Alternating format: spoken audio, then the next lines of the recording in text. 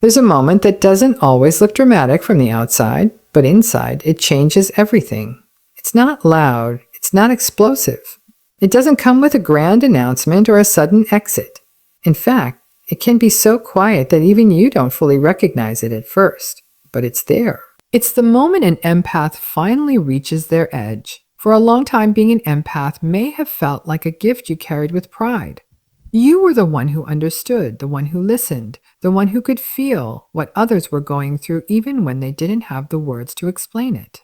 You could walk into a room and sense the energy, pick up on subtle shifts, notice what others overlooked. You didn't just hear people, you felt them. And because of that, you gave your time, your attention, your patience. You gave second chances, third chances, sometimes more than you can even count. You held space for people when they couldn't hold it for themselves. You tried to see the good, even when the patterns in front of you didn't quite match the hope you held on to. And in many ways, that capacity is something deeply human. It reflects care, connection, and the ability to see beyond surface-level interactions. But when that empathy exists without boundaries, something begins to shift, slowly at first, then more noticeable. You start to feel tired in a way that rest doesn't quite fix. Conversations that used to feel meaningful begin to feel heavy. Situations that once felt manageable begin to feel overwhelming, and still you keep going. Because part of being an empath is believing that if you just understand a little more, give a little more, try a little harder, things might change. You tell yourself they're going through something. You remind yourself that everyone has struggled. You rationalize behaviors that don't feel right because you don't want to give up on someone who might just need more support. And in doing so, you slowly move further away from yourself. Not all at once, but in small, almost invisible ways. You start to ignore your own discomfort. You push aside your own needs. You tell yourself you'll deal with it later, but later doesn't come. Because the cycle continues, and this is where the edge begins to form. It's not just about one moment or one interaction, it's the accumulation of everything you've been holding. Every time you felt unheard, every time your feelings were minimized, every time you gave understanding and received confusion in return, every time you walked away from a conversation feeling more drained than connected, all of that builds quietly. Until one day something inside you shifts. And it doesn't feel like anger, at least not in the way you might expect. It feels like clarity, a kind of stillness, a moment where you stop trying to make sense of something that has never fully made sense. You stop over-explaining. You stop justifying. You stop bending yourself to fit into a dynamic that keeps asking for more while giving less. And that moment is the edge, because once you reach it, you can't go back to not seeing what you now see. You can't unfeel what you've been feeling. You can't unknow the patterns that have been repeating. And for many empaths, this is both liberating and deeply uncomfortable, because reaching your edge means letting go of the role you've been playing, the one who fixes, the one who understands, the one who holds everything together. And when that role starts to fall away, you may find yourself asking, who am I without this? Because for so long, your identity may have been tied to how much you could give, how much you could tolerate, how much you could absorb without breaking. But here's the truth that begins to emerge in this moment.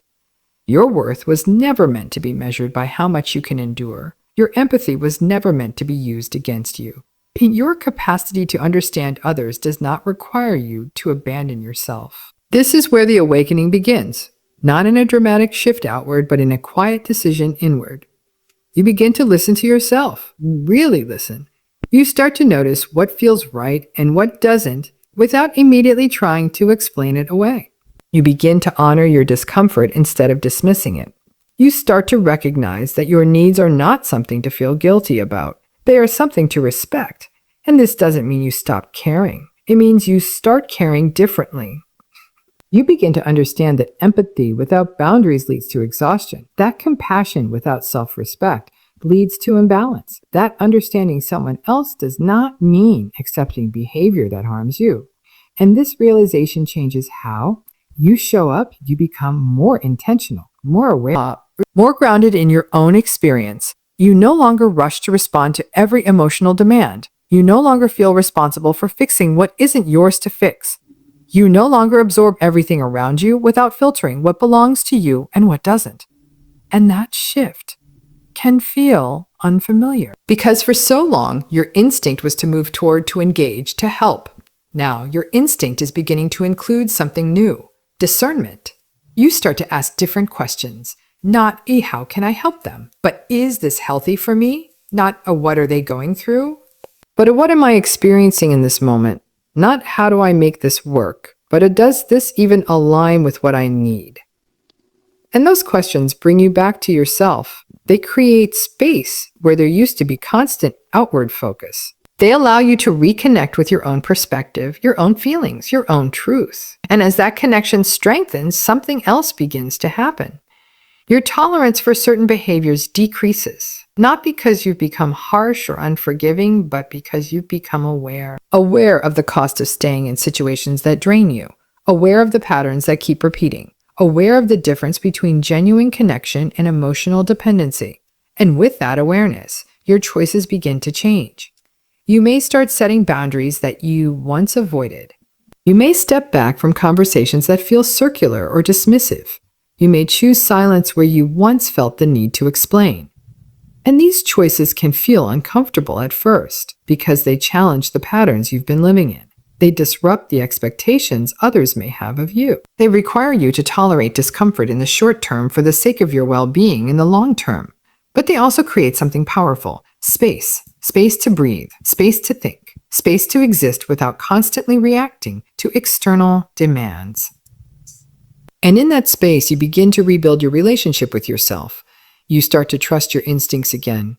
You begin to value your own perspective. You recognize that your feelings are valid, even if they are not acknowledged by others. And that recognition becomes a foundation because it allows you to move through the world with a different sense of grounding. You are no longer as easily pulled into dynamics that rely on your empathy without respecting it. You are no longer as quick to overlook red flags in the name of understanding. You are no longer willing to sacrifice your peace to maintain a connection.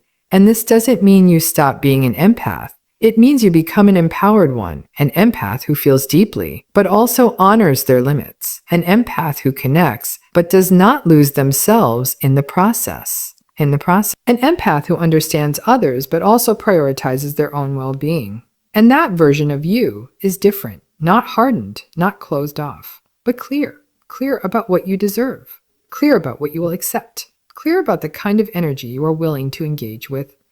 And that clarity changes everything, because it shifts your focus from trying to manage others to taking care of yourself. It allows you to step out of cycles that once felt unavoidable. It gives you the ability to choose connection rather than feel trapped in it. And as you continue to live from that place, you begin to experience something that may have felt distant before: peace. Not the kind of peace that comes from avoiding conflict, but the kind that comes from being aligned with yourself, from knowing that you are no longer betraying your own needs, from recognizing that your empathy is a strength, but only when it is balanced with self-respect. And in that peace, you begin to see your journey differently, not as a series of mistakes or moments where you gave too much, but as a path that led you to this awareness, this clarity, this understanding of who you are and what you need.